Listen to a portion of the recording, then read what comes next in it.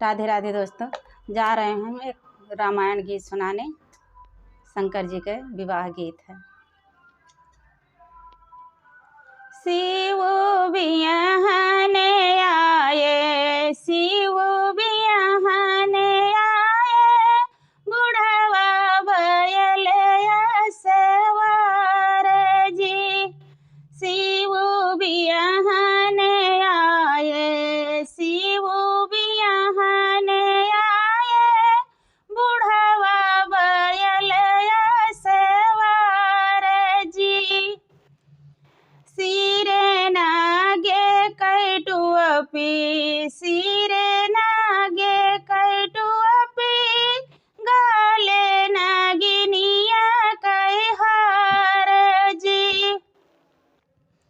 हाथे बिछी अंगूठी, हाथे बिछी अंगूठी, यणियन फाटी बेवाई जी।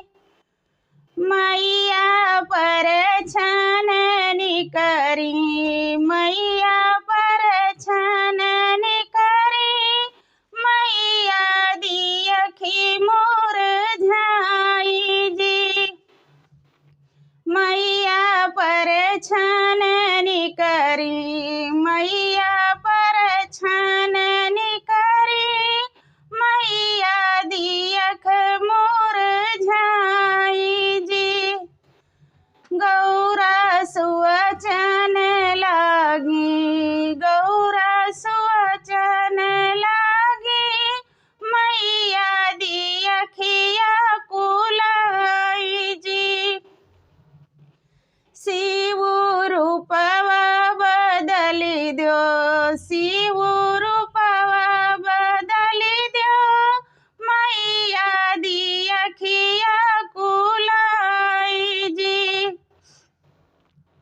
शिव रूपवा बदल दे, शिव रूपवा बदल दे, सुंदर राजकुमार जी।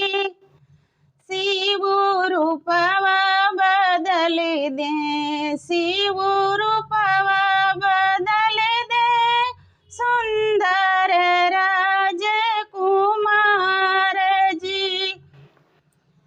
सिरे सुवने कैटुअपी, सिरे सुवने कैटुअपी, गाले मोतिन कई हार जी।